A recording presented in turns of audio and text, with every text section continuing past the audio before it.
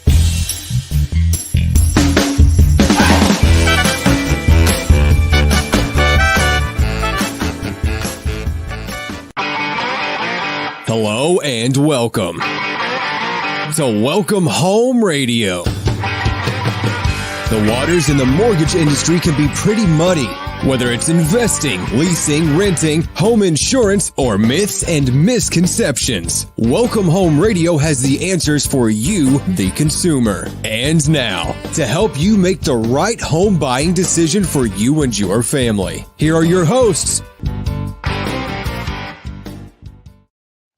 And welcome to Welcome Home Radio, where real estate lending and learning come together.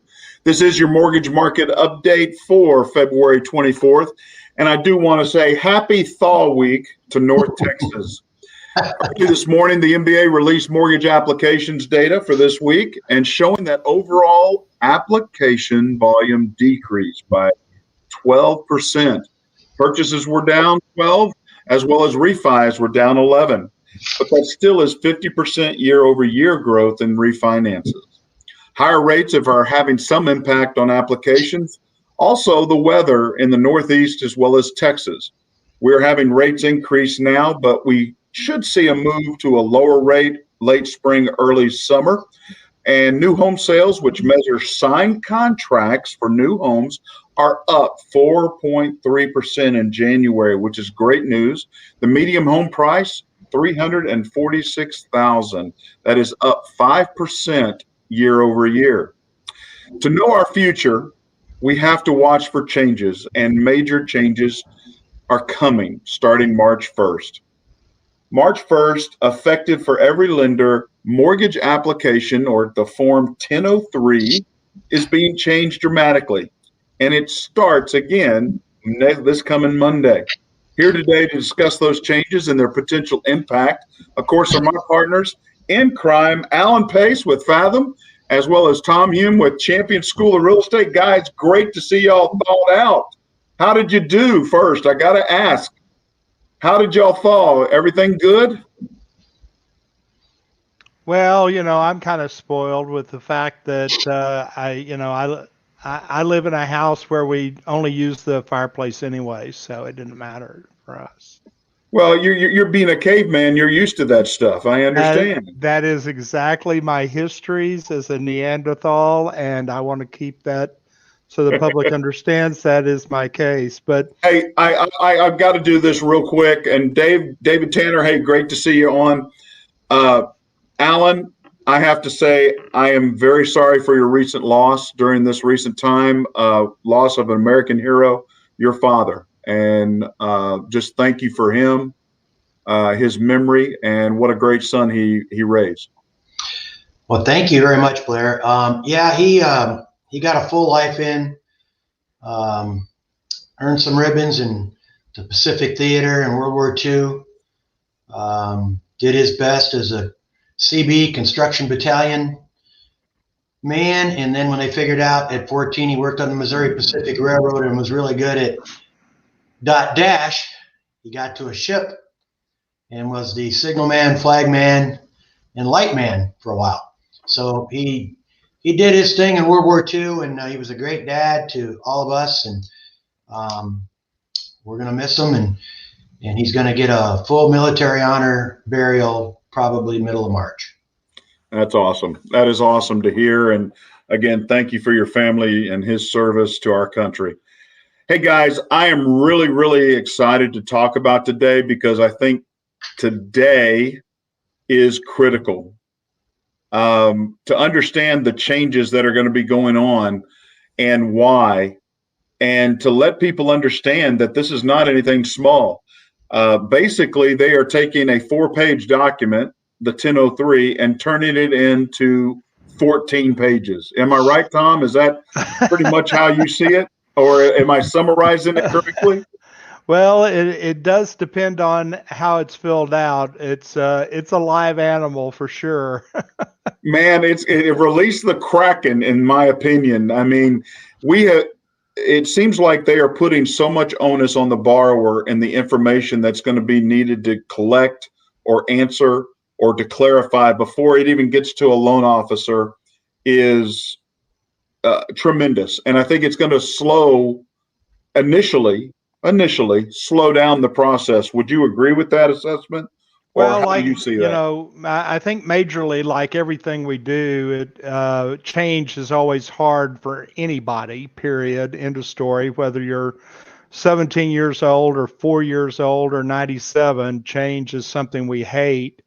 The 1003, though, in its the motivation behind it is to make it a credit application instead of it being for a home mortgage type application. And to prevent fraud, to prevent the things we've seen in the past with people fudging on answers, yeah, there's going to be more onus on the borrower to be truthful.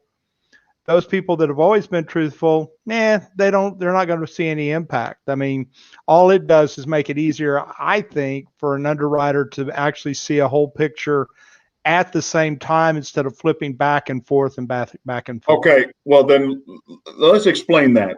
You said multiple things there. Yeah. First off, would you say, and I'm going to put it in the percentages realm instead of just stating, I'm going to say 50% of a loan officer's job is to prevent fraud. We're actually the first level. Would you agree with that, of fraud, to prevent fraud happening in our industry? I'd say more like 75 or 80%. Okay. We're the only people, for our listeners to understand, we're the only people as loan originators who meet with the client. The underwriter never meets with them. The processor has limited interaction with them. I mean, ultimately, the fraud part for us as loan originators weighs heavily on our shoulders more than anybody else. Yes. And David, I know you're listening in. Thank you so much for your card. Thank you for the opportunity to serve you and your family in doing a refinance. Was thrilled by that. But again, he's right. I was the only interaction with David in doing that mortgage. Everybody else, the processor, the underwriter, the insurance, I mean, everybody else is either virtual and or via email, or doesn't even see them. They see the documentation. I always try to state people, I'm the one that paints a picture. I want to paint the right picture of my client to the underwriter. If I can do that successfully, then we produce a loan. Now it seems like more and more of those questions are being automatically accounted for up front and put on the onus of the borrower or co-borrowers. Now, this is being directed by Fannie and Freddie. Is that correct? Am I saying that right, or am I saying it because of TRID? It's more a directive under Federal Reserve and HUD, actually. But I mean, Fannie and Freddie, obviously, it's multi-agency, so it falls under CFPB. Bottom line, okay. CFPB said, look, the HMDA reporting people and the Federal Reserve and all these different entities have their duties to do with regards to sellability of loan, and since they all have that input, that's the monster that kind of created what we have to do to dot all of our I's and cross all of our T's, or shake all our babies and kiss all of our hands, whatever I'm going to go to with regards to to my most famous quotes. Well, if I can, I'm going to summarize real quick. the change. The new 1003 also includes 94 new data points, bringing the total number of fields up to 236, 129% bigger than the old form. And on the surface, those changes seem to be minimal, but they're really not. They're more in depth. One of the things I loved about it is something I always ask, but it's right up there in front. Are you a veteran or are you not? It's asked up front on the very first page. Much better. Very nice to have that happen.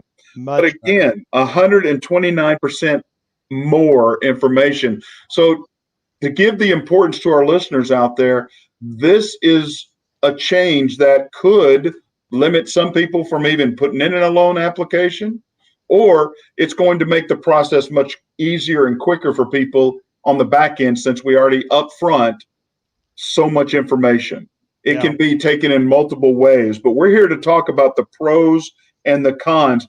And I want to bring Alan into this. Alan, you're on the other side. You interact with the client just as much as I do, if not more.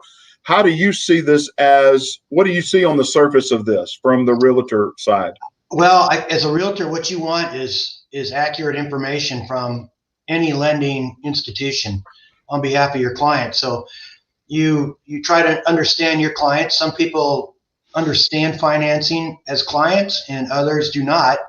And they're at the total will of a realtor and a lender. So I think anything that's positive on getting the information out correctly is a step in the right direction. Like Tom said, this isn't going to affect the average person who is doing it right anyway and understands the process. But, there's people that do things wrong, not because they want to, just because they don't understand the right way to do it. So I think this is going to help that also. We had a situation come up on our private board on Facebook, and one of the realtors had put in there that they were very fortunate to have gotten a contract as a buyer agent. And right now, that's a hard thing to do. So, they got the contract, and one day in, the lender came back and said, based on their previous behavior, they're no longer approved. So that's an issue for both the seller and the buyer. And as an agent, what you want to do is avoid all that kind of a thing, because it's your reputation too. So, those are things that, I hope are addressed. I like when you get a pre-approval, and it really is that. It really is that. Right up until that minute that you submit the contract, it is that. So that the seller can relax, so that the buyer can relax and do their due diligence. And so that's what I'm hopeful for. Like Tom said, again, not to repeat, but I will, the people that do it right, it's all good. But hopefully this will help the people that don't know how to do it right, and the questions will be asked better in a more understanding form. Now, it's interesting. One of the aspects is the borrower experience. We always want to have a good borrower experience. From Alan's side, my side, ultimately, we're looking for a good experience. And, getting that pre-approval done hopefully takes away some of the anxiety. And some of those people, it doesn't matter what you do, they're going to be anxious through the whole process. Others feel comfortable and leave it to the professionals. In the borrower experience, it's going to be 30% more information required on the application, especially personal information. Now, whether it's risk or non-risk to lenders, the information, just more information, seems to be a barrier to entry, just like the initial down payment would be. Is that true, or is that fictitious in your mind? It's not clear really yet. We're going to start seeing it starting March 1st, whether people feel comfortable filling out an application. But what's the perspective here? Because we are going to have a borrower experience, whether negative or positive. What are your thoughts? Was that me?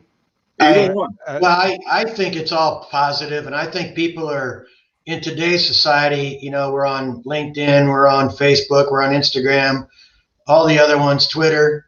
People give up their personal life anyway just by being a member of that. So I think we've been conditioned somewhat to give more information easily and more deeply. As to giving information to purchase a home, I would hope you would want to dig in as deep as you could to do what's right for you and your family and provide the right information. in a timely manner. So that's kind of the way I see it. I think it's a positive thing. Tom, because of some of this information, especially borrower demographics that we can ask for, but they don't have to answer, then the onus is back on the loan officer to figure this out. Okay, whether it's in person or whether it's over the phone, electronically. Do you see any issues with that part of the process? Because we've increased that amount of personal information that they could say, no, I'm just not comfortable answering. Well, to kind of fall back on a real old story that I tell my students, I tell them about the evolution of what we call our Home Mortgage Disclosure Act, and HMDA, as it's called, is there to help prevent discriminatory practices. So we have always, as loan originators, had a responsibility to report things like race, ethnicity, and sex, whether or not a borrower was comfortable providing us with that or not. And the motivation, of course, behind that has always been to prevent discriminatory acts on our parts as a mortgage entity. And that information now has gone from basically those 3 points. If you had asked me in a class 10, 12 years ago, what does it do? Well, that was the collection of race, ethnicity, and sex. Today, we do this on marital status, and we'll do this on this gambit of things, age. And we find out that, the industry was discriminating against single moms with children. I mean, that statistically was shown back as part of the collapse back in 2008. We were, as an industry, discriminating against older people applying for loans, charging them higher rates and higher fees. We did that against first-time home buyers. And I know the examples I give, I know the motivation behind it on the industry was that I have to go over to these older people's house, and I have to sit down with them. I have to hold their hands. I have to give them more service so I can charge them more. Well, and that is not really a good reasoning behind. If they're credit worthy with somebody and there's 700 credit score bars with 20% down, they should get the same rate as somebody that is savvy enough to negotiate that in their 40s on their second house. So these things that we're watching for will become just more of a standardized, this is part of the profile. We're not going to be discriminating because of charging higher rates or higher fees. That's going to be analyzed in the HMDA reports. We're not going to do it based on demographic types of breakdowns with regards to religious backgrounds. And I mean, it goes much deeper than what we have. And I know you're saying, just like mine, is the only color we've ever cared about is green. But unfortunately, that's veteran green for you folks out there. Veteran green. Oh, clear that up. Thank you very much. But that it's something the industry needs to be held accountable for. And with this fashion and form, it's going to drive our applicants to, if they are uncomfortable, it's not going to stop them from getting a mortgage necessarily. It's going to stop them if they were providing us information that was incorrect. And you talked about this, the previous question, just to talk to the people listening in, so they understand. One of the direct causes of a lot of mortgage fraud was people misrepresenting the reason they were getting the loan. And so a young person may be buying their first house that accumulated a lot of money. They might apply to get an FHA loan the same day that they're applying to get a Fannie Mae loan to close on two separate properties. Now the application asks them, are you applying for any other properties at the same time? And if you lie on this form, by the way, you're subject to $10,000 fine, 2 to 99 years in jail. There's some consequences for people that are in this that might take advantage of us as loan originators who have done that in the past. It makes them at least think twice about that kind of behavior. Is your parent, do they own the company you're working for? I know it says, JB Jones and your last name is Smith, but you're married. I don't know what your maiden name was necessarily. So now these things, we need to understand that, because these are patterns where we saw fraud in the past, are patterns where we saw higher foreclosure rates and misrepresentations that a house was being purchased, not for owner occupancy, but for investment purposes. And we also see extensions like common law marriage now on the form, where before somebody could say they're doing a VA, oh, I'm not married, but yet we've been living together for 12 years. Well, in the state of Texas, guess what? If you've lived 12 years together, you're common law married. So now that changes everything. And I think that is more. Now, I'm going to take a scientific wild ass guess, a swag at this. I would like both of y'all's response. Of course, post-closing, everybody's looking for CTC, but we have a QC process that goes into place. Automatically, I'm going to say more data is going to take more time to QC and actually fund. Are we going to see our closings, which we average anywhere from 26.7 days in closing here at Highlands, are we going to see 35, 45, 50 days because of this? Because of the more information, are we going to start seeing longer and longer close? What are your thoughts and what is your perceptions, both of you, please?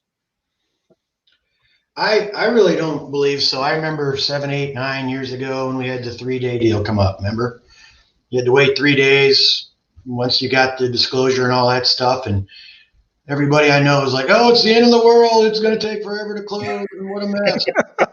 So, it's like everything else in business.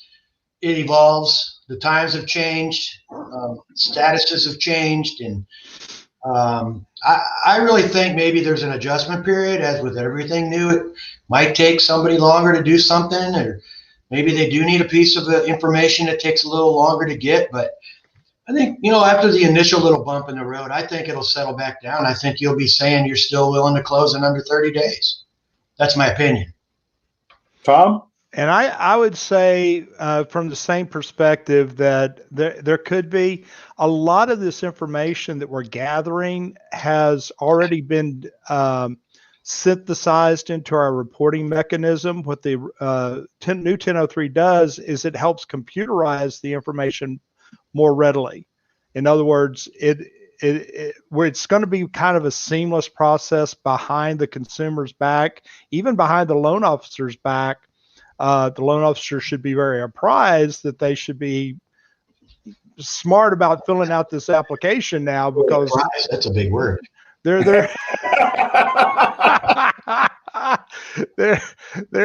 syllables. Come on. 3 syllables. That's what we want. But the real thought about collection of this data is that it has already been computerized and synthesized into our reporting data, and it will be easier. It'll be easier to follow that at this point. And so I don't think we as loan originators and consumers will see much of a delay in closings. This will help with the post-audit as well as the pre-audit situations. Glad you brought that up, post-audits. And then, of course, any financial institution is looking to sell, bunch these up, standardize them, and sell them afterwards, so that we're moving forward just to servicing. And some of the listeners may not understand that, so I want to kind of summarize. Well, Tom, why don't we just use your PhD in this business? Summarize for everybody, unless it is a regional bank doing portfolio lending, how every loan is sold, whether it VA, Ginnie, Fannie, Freddie, so forth. Would you help us understand that, so that people, whether it's Wells Fargo, JP Morgan Chase, Highlands, Gateway, Freedom, it does not matter? Well, every bank today is tasked with, as far as representing their investor And keep in mind, even the banks, when you talk about Wells and Chase and all these large B of A's, those large banks in our world, they're still buying these loans for investors. They're just buying the servicing part of the loan itself. The investor is the pension group that's in Milwaukee, or the pension group that's in China. Well, not China, but pension group in China buys a huge number of these, our mortgage-backed securities, but they buy it because they see this as a hugely safe investment. And that's why pension plans are highly invested in our mortgage-backed securities. So what we're driving for here is that the banks have the right to look and audit that file. And if they see it not performing in the first 12 months, it goes back on the back of the mortgage company that originated that loan that says, you got to buy this loan back. And a $400,000 cash hickey per month for many companies, even medium-sized companies, huge companies, not so much, but medium-sized companies, a couple of $400,000, $1 million hickey taken out of their operating cash each month can be devastating. So it puts it really puts it on the back of the company that originates the loan to have full responsibility for the data that's collected to make that loan sellable eventually to the investor somewhere down the marketplace. I mean, the last thing investors want when they buy these types of loans is to be sitting there 3 months down the line without a payment coming in. That's the nightmare for servicing companies. And with the COVID and with the things that we're going to see here into the future, it's interesting to see exactly what will happen with servicing and with mortgage payments once this period of deferments has gone away. And that in itself is something that comes into question, which is an external to the application process. Yes. So what I wanted to get to is we talked about underwriting and QCing and funding the mortgage, but then are we going to see an increase in cost because of the QC and the MISMO data format and all of that afterwards, because we're selling the mortgage to these organizations? Are we going to see a longer time frame because standardization on the back end, it can't jump through hoops and make it all happen at once? I mean, is it going to be more time consuming and expensive for us? And that's going to be, of course, translated to a more costly mortgage process and or cost. Is that a true, or is that not? Or what are your thoughts on this? Well, and I think it's driven again by the computerization of this data. I don't see that as a consumer cost that's going to have to be absorbed as well. The data's already been mined in so many ways. This is going to be more of an enhancement than I think a burden on regulatory type of vision. And that's one of the things. I'm in this national conference right now. Like I said, today I'm taking a break right to do the show. But that's one of the things we're talking about today is this the regulatory burden, how they want to try to continue to minimize it. But what minimizes it is technology. And so a lot of the technology has already been implemented and the cost has already been passed on through most of the servicers, most of the regulators and regulatory bodies that are stepping up to the plate to do this process on a more thorough basis. Alan, are they talking more at Fathom or inside the real estate industry? Are they talking about this change that's coming? Were you even aware? Are they being prepared? Because again, like I think Tom's saying it, those that are ready for it, like a Highlands, that it already, I mean, we're literally going to flip a switch and the new loan application is effective March 1st. It's ready to go. And we've already been trained on the changes and so forth. But are you guys aware of that so that you can preempt that? Or is it just a bump in the road and, oh, yeah, you heard about it and that's really not an issue?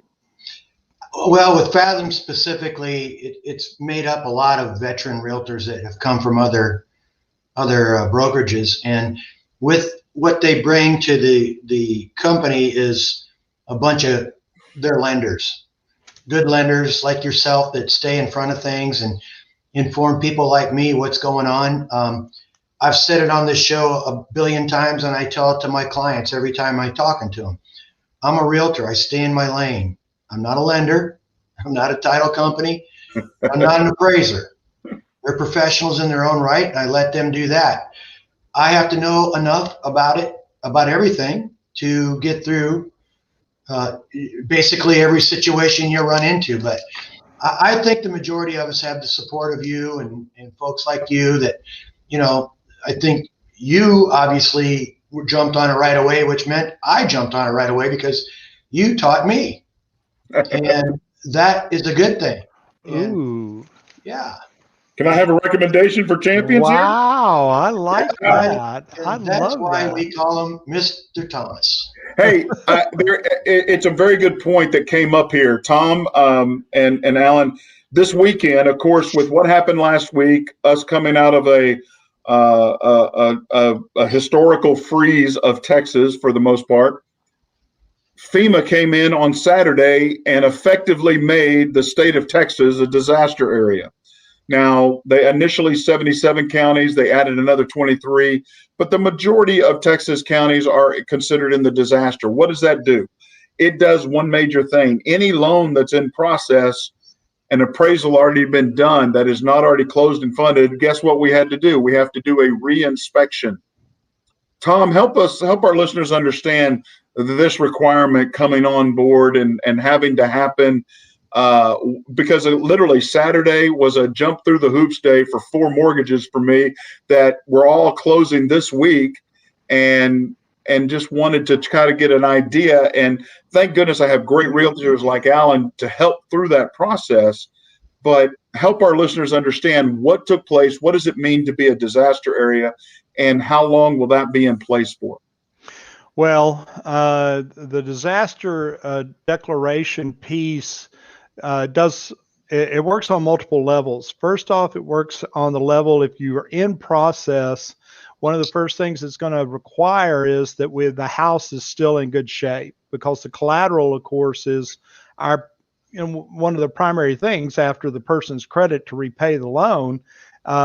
If you're doing a loan of $250,000 on a $275,000 house, then you want to make sure that the collateral that $250,000 is based on is still in good shape. And one of the best analogies for this goes back to the Houston area. Any of our listeners that might be from the Houston or Gulf Coast area are very, very aware that when something blows through, the lender has to go back and check to see, is the house still there? Has it burned down? Was there water damage beyond immediate repair? I mean, is there a circumstance that would devalue that collateral and cause somebody that once they move in there, there's nothing again worse than 3 months later them throwing their hands up and going, well, we can't get the insurance company here. We can't get this fixed. The house is constantly cold or hot or wet or moldy.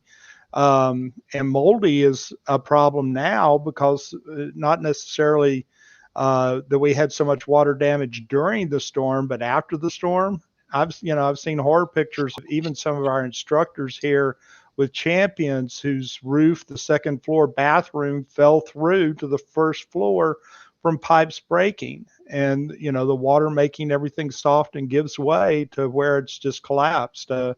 So all these different types of circumstances, that's the first thing with a FEMA declaration. And the second thing with FEMA declarations are people are suddenly eligible for certain types of money that were not there previously, either to repair or to finance the house. And so there's the look at that aspect from anybody that's a homeowner that sustained damages along those lines. But baseline is that, it's the same thing as, and of course, Texas. Think about our insurance rates. We're already the highest insurance rate state in the nation. Think about what they're going to be like 2 years from now, just as a mindset. I just got my new one. It's already going up quite a bit. But, to add on to what Tom says, I always say, real estate, it's about real people. Sellers want to deliver a good product most of the time. Buyers want to buy a good product most of the time. Everybody wants this diligence done. You don't want to sell a house that's been flooded. The buyer didn't know that when they bought it. So most people are trying to correct it. And that's what I'm seeing. And back to your point, Blair, I know real estate companies, not just Fathom, but others, have gotten a hold of their realtors best they could during this freeze, when people had power, didn't have power. The advice was get to your lenders. Get to your lenders. They're going to know what's required. Nothing happens without money in this business. Get with your lender. And, lenders are people too. They explain it differently as to their understanding of it. And there's been some discussion on that on the private boards. Different explanations of the same thing. So, but in real life, and you guys know I always say it, I think people in general are good, and they want to deliver what they promised, and they also want to purchase what they thought they were purchasing. So the FEMA thing is good, and the fact that there are safety protocols in here.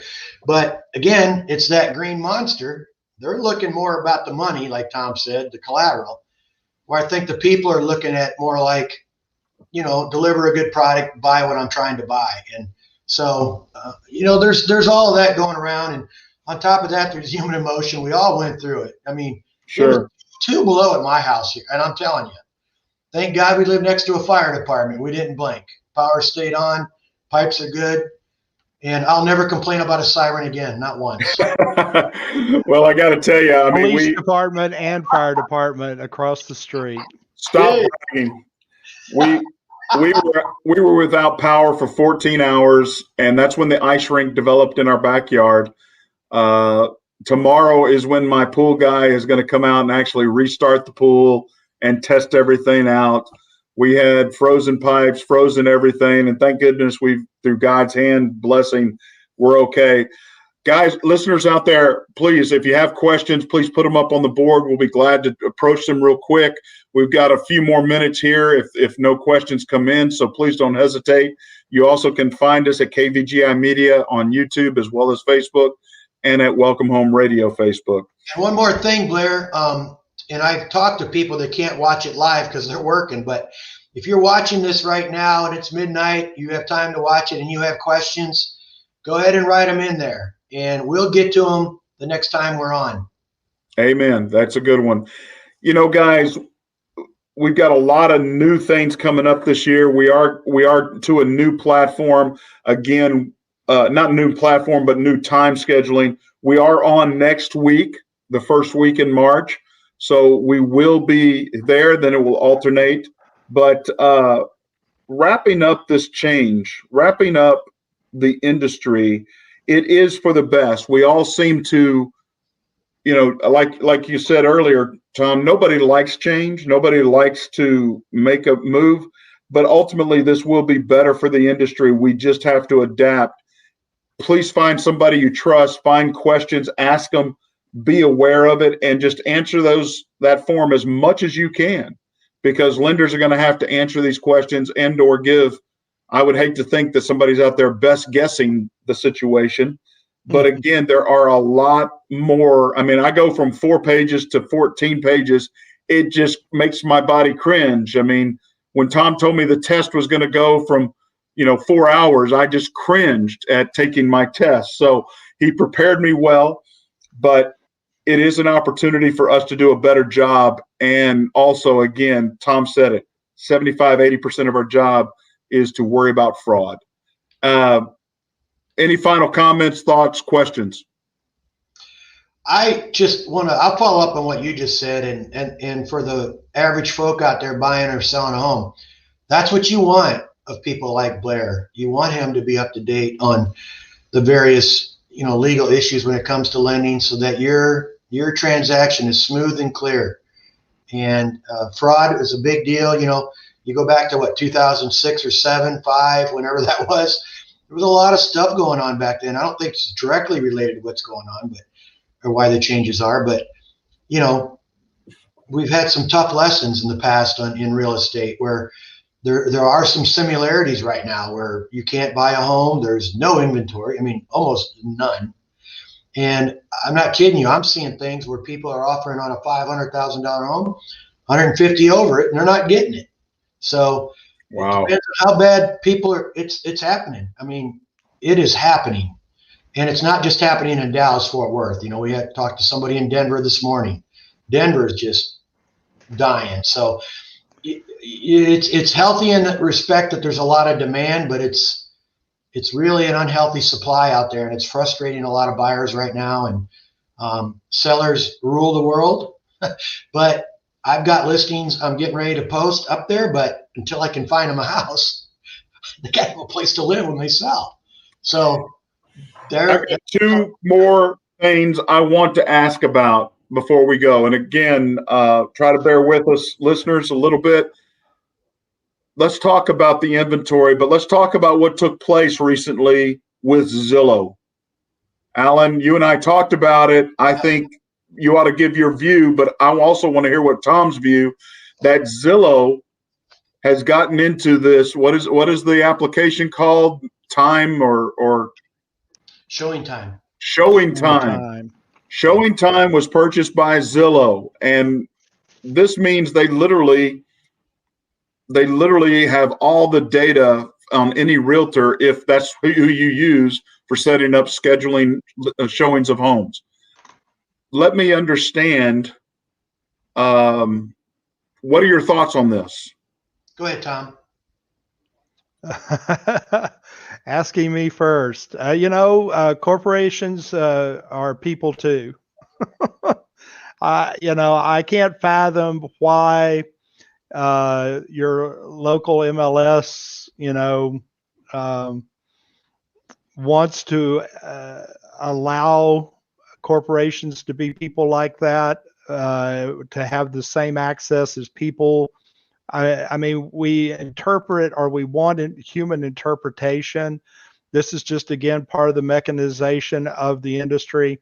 The best thing I guess I can compare it to is back in the mid-90s, I was involved with a study that was done by Freddie Mac. I was one of their test sites to be part of the LP experience and create the LP deal. For our listeners, that's how you get approved electronically, is through Loan Prospector.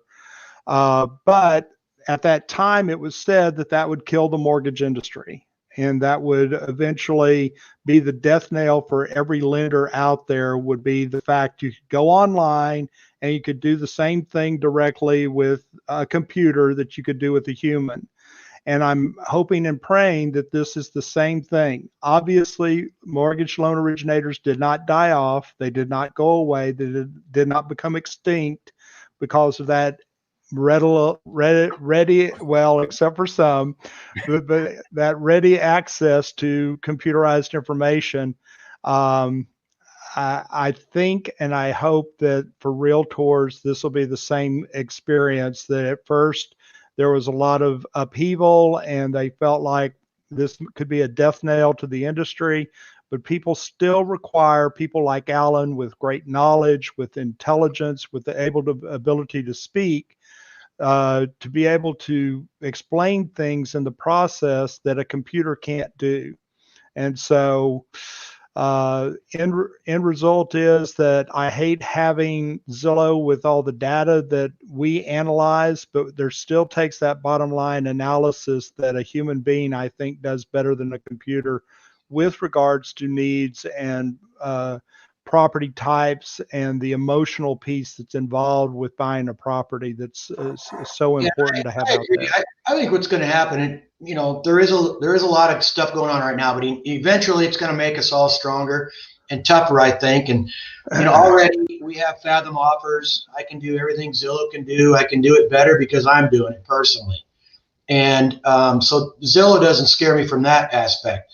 You got to remember, realtors built Zillow.